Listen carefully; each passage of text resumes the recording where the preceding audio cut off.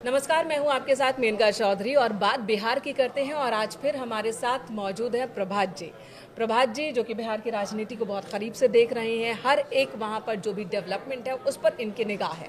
बात आज हम फिर एसआईआर की ही करने वाले हैं, क्योंकि एसआईआर जब से शुरू हुआ, चुनाव आयोग ने जब इसकी अनाउंसमेंट की, तब से ही तरह तरह के विवाद इससे जुड़ रहे हैं। मामला अदालत तक पहुंच गया, लेकिन चुनाव आयोग एक के बाद एक अपने काम किए जा रहा है। अब तकनीकी पहलू देखिए, दो तीन पहलू है प्रभात जी। एक तकनीकी पहलू है, दूसरा आम आदमी की परेशानी है। इस वक्त तकनीकी पहलू की ही बात कर लेते हैं। चुनाव आयोग का कहना है हम जो कर रहे हैं सही कर रहे हैं। और आधार सैचुरेशन, ये एक नया टर्म आ गया है। ये टर्म क्या है? देखिए मेनका, सबसे पहले तो ये आप समझिए कि ये सर जो है बिहार में खासतौर पे विपक्षी पॉलिटिकल पार्टियों के लिए सिरदर्द बन गया है। सिर्फ विपक्षी पॉलिटिकल पार्टीज के लिए भी, या क्योंकि हल्ला नहीं आम पब्लिक के लिए तो नहीं कहेंगे उतना जी, जितना पॉलिटिकल गिमिक इस पे चल रहा है और विपक्षी पार्टियां हल्ला कर रही हैं। और एक नया टर्म इसमें 3-4-5 दिन पहले कॉइन हुआ, आधार सैचुरेशन का। आधार सैचुरेशन बेसिकली हुआ ये कि जब चुनाव आयोग के रिप्रेजेंटेटिव लोकल लेवल पे ज़मीन पर जब उतरे तो उनको कुछ चीज़ें ऐसी धीरे धीरे मिलने लगी कि भाई जो लोग यहाँ के नहीं हैं उनका भी नाम दिख रहा है, उनके भी आधार दिख रहे हैं।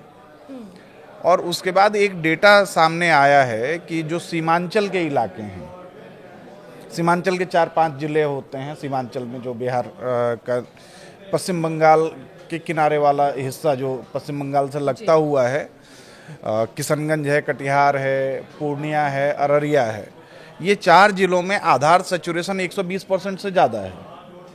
मतलब आप समझिए कि 100 लोग हैं, 120 आधार कार्ड बना हुआ है।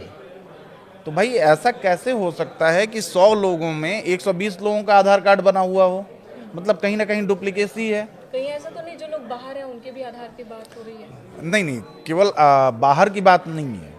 बात ये भी है कि इसमें जो चुनाव आयोग को डाउट है, चुनाव आयोग ने कहा भी है इसको लेके कि भाई जो लिस्ट वो सुपरवाइज कर रहे हैं, जिस लिस्ट की जांच कर रहे हैं, उसमें बांग्लादेश, म्यांमार और नेपाल के लोगों के भी वोट बने हुए हैं, उनके भी नाम वोटर लिस्ट में हैं। नहीं है, लेकिन आधार कार्ड बना हुआ है, वोटर लिस्ट में नाम आया हुआ है।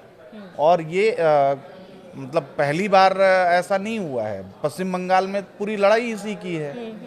पश्चिम बंगाल में भाई अगर पश्चिम बंगाल की भी वोटर लिस्ट की ऐसी जांच की जाए तो आपको बहुत भारी मात्रा में ऐसा मिल सकता है जो बाहर के लोग हैं, विदेशी कह सकते हैं, विदेशी कह सकते हैं। और ये आप सीमांचल के इलाके को जब देखेंगे आप, मैं आंकड़ा भी आपको बताऊंगा, पहले उसका ज्योग्राफिकल स्ट्रक्चर अगर आप देखें तो सीमांचल के कई इलाकों के बॉर्डर जो हैं वो नेपाल से करीब हैं जी, बांग्लादेश बेहद करीब है, और पश्चिम बंगाल से तो बॉर्डर साझा करते ही हैं। और पश्चिम बंगाल में भी भारी संख्या में बाहर के लोगों के वोट बने हुए हैं, और वही धीरे धीरे इधर की तरफ खिसक रहे हैं। तो यहाँ भी वोट बन रहा है, आप वोट डाल रहे हैं और नागरिक बन जा रहे हैं। आप अगर आप देखें कि किशनगंज में सबसे ज़्यादा मुस्लिम आबादी है, 68%। वहाँ का आधार सैचुरेशन 126% का है। 68, 126, जस्ट डबल। जहाँ मुस्लिम आबादी ज्यादा है वहाँ पर आधार सैचुरेशन भी ज़्यादा है।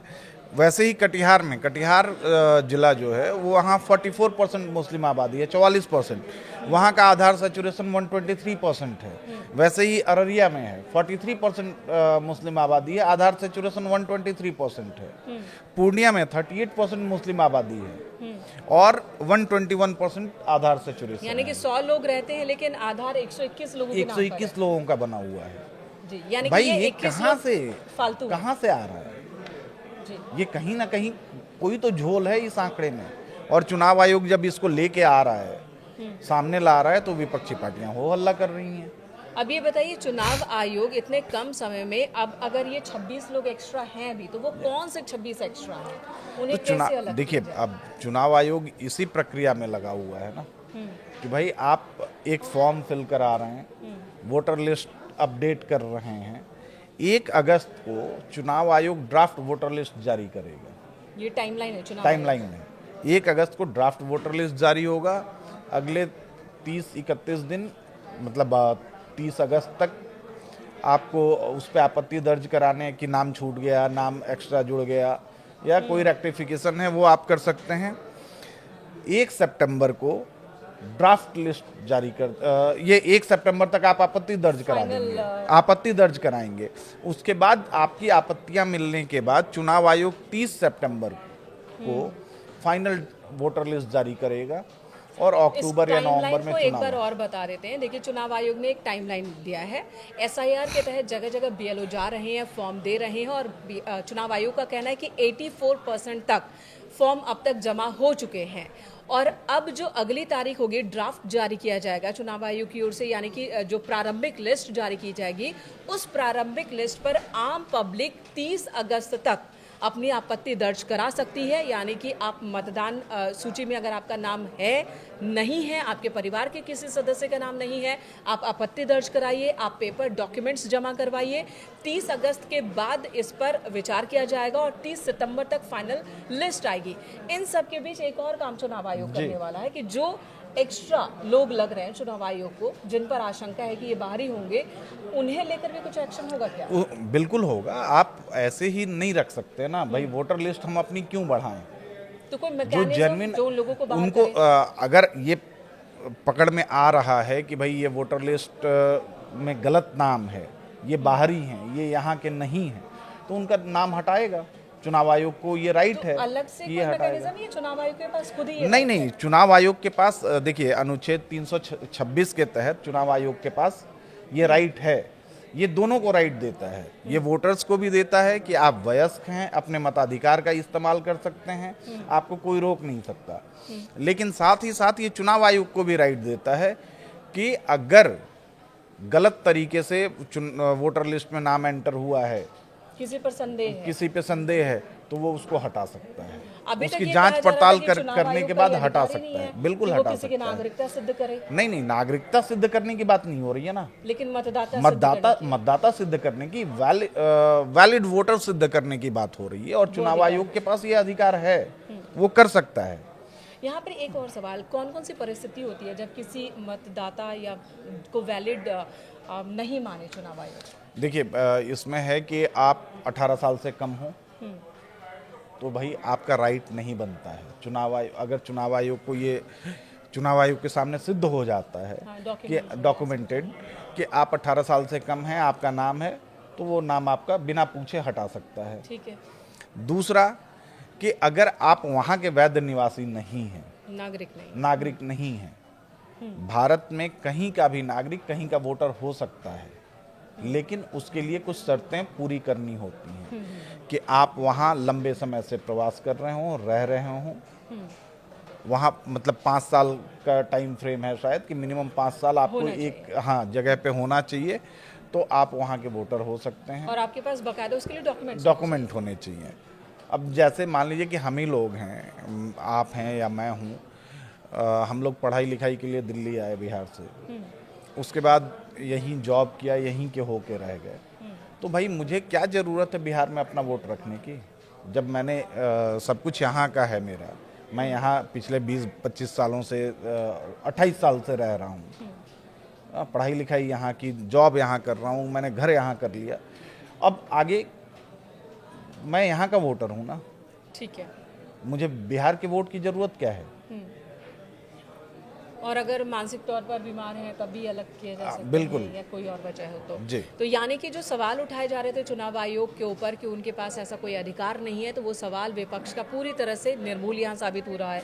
अब अगला सवाल ये है कि अगर चुनाव आयोग जो कर रहा है कर जाए तो उसका असर क्या होगा? नहीं, देखिए, इसमें मेन मुख्य दिक्कत जो विपक्षी पार्टियों की है, जिस पे रोजाना कोई ना कोई बयान आ रहा है, प्रेस कॉन्फ्रेंस हो रही है, मुख्य वजह तो यही है ना कि चुनाव आयोग ने पहले ही अपनी जो पहली मीटिंग इनकी हुई थी इंडिया ब्लॉक के नेताओं के साथ चुनाव आयोग की, चुनाव आयोग ने कहा था कि मतलब एक अनुमान के मुताबिक 20% वोट मिनिमम कटेंगे, वोटर लिस्ट से 20% नाम बाहर होंगे, और ये एक अनुमान था। होने का डर विपक्ष को यही डर है। एक मतलब अभी जो आरजेडी और कांग्रेस टाइप के जो पार्टियां हैं, जिनको उम्मीद सीमांचल के इलाकों से बहुत ज़्यादा होती हैं, या मुस्लिम और यादव वोट की उम्मीद जिनको है, तो उनमें सबसे बड़ी समस्या ये आ रही है, उनको ये लग रहा है कि अगर अभी करीब 8 करोड़ के आसपास वोटर हैं, अगर 1% भी नाम हट गया ऐसे लोगों का, तो करीब करीब 8 लाख के आसपास आ रहा है वो। ठीक है। आप अगर उसको कैलकुलेट करके देखें तो करीब 3,500 के आसपास हर सीट पे ऐसे वोटर ऑन एन एवरेज, मतलब मैं ये दावे के साथ नहीं कह सकता कि हर सीट से इतने कम होंगे ही होंगे, लेकिन एक जो मोटा मोटी अंदाजा लगाया गया है कि अगर 1% भी नाम हटता है तो 3,500 वोट पर सीट कम होंगे। ये नंबर क्या इफेक्ट करने वाले हैं नतीजों? अरे आप अगर देखिए कि 2020 में 35 सीटें ऐसी थीं बिहार विधानसभा में जहां हार जीत का अंतर 3,500 से कम था।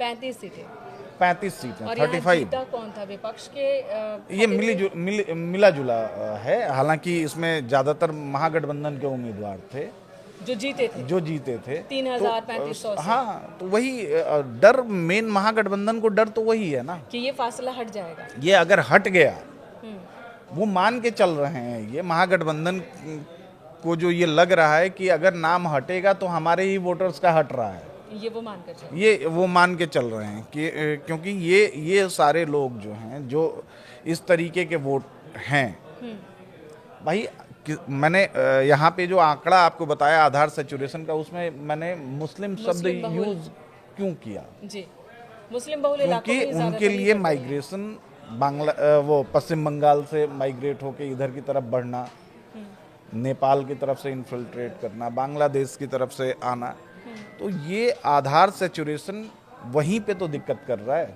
और अब उन्हें अदालत में भी विपक्षी दलों को कोई राहत मिलती दिख नहीं रही? नहीं, बिल्कुल नहीं दिख रही है। देखिए, चुनाव आयोग पे जो इनके खिलाफ जो याचिका गई थी, करीब 10 याचिकाएं गई थी, चुनाव आयोग ने सारी याचिकाओं को मिला के इसकी सुनवाई की।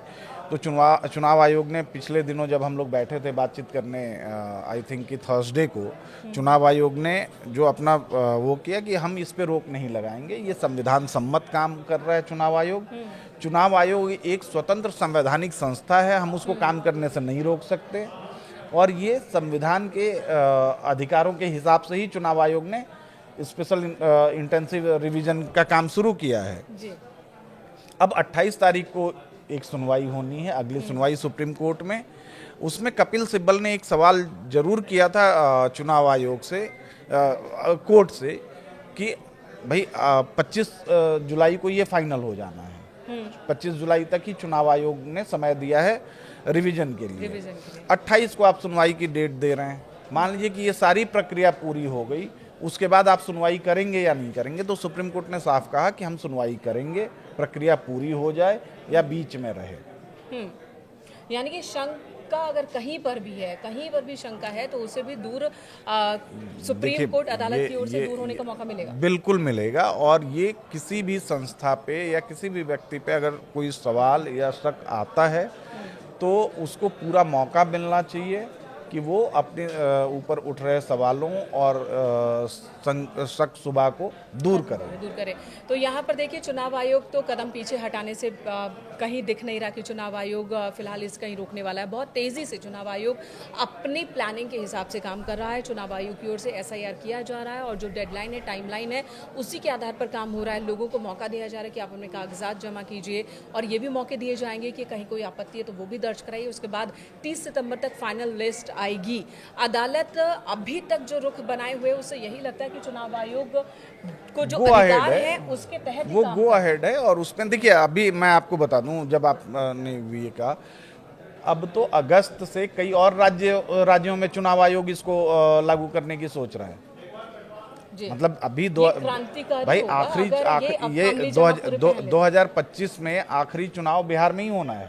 इसके बाद 2026 के शुरुआती दौर में चुनाव होगा, कई राज्यों में होना है। तो पूरे देश में ये SIR लागू करने वाला है चुनाव आयोग। तो पूरे देश में इसी तरह का SIR लागू होगा, और ये अपने आप में एक क्रांतिकारी उपलब्धि होगी। बिल्कुल, अगर काम पूरा हो जाता बिल्कुल है तो। ये होना चाहिए समय पर special intensive revision voter list का होना चाहिए। ठीक है। कई बार देखिए ये अनजाने में भी होता है कि मान लीजिए कि मैं यहाँ हूँ, मैं यहाँ से कहीं शिफ्ट कर गया, वहाँ अब बनवा ली हमने, वहाँ यहाँ नहीं बनवा लिया, यहाँ का हमने छोड़ दिया, ध्यान में ही नहीं आया, जहन में ही नहीं आया कि मुझे नोएडा से ये मेरा मतलब मेरा ही कर्तव्य है कि मैं जब शिफ्ट हो रहा हूँ तो अपना वहाँ अगर जुड़वा लिया है तो यहाँ हटवाऊँ। नहीं हटवाते लोग, नहीं आलस हटवाते, नहीं, छोड़ या देते किन्हीं हैं। और जब वजहों से रिवीजन भी। होगा तो होगा, देखेंगे। ठीक है, तो चलिए रिवीजन चल रहा है, भले ही राजनीतिक दल जो विपक्ष के हैं वो कितनी भी हल्ला कर लें, कितना भी शोर मचा ले, हल्ला बोल कर लें, लेकिन चुनाव आयोग अपनी रफ्तार में काम कर रहा है और मतदाताओं को यही भरोसा आयोग दिला रहा है कि हमें जो अधिकार हैं उन्हीं अधिकारों के तहत हम वो काम कर रहे हैं कि ये चुनाव निष्पक्ष हो, पारदर्शी हो और जो अधिकारी हैं जिनको अधिकार है वोट देने का वही इसमें हिस्सा लें। जी ठीक है, लेकिन लोगों की परेशानी उस पर भी आगे बात करेंगे। करेंगे, बिल्कुल करेंगे। चलिए, मैंने कहा थैंक यू। धन्यवाद, धन्यवाद।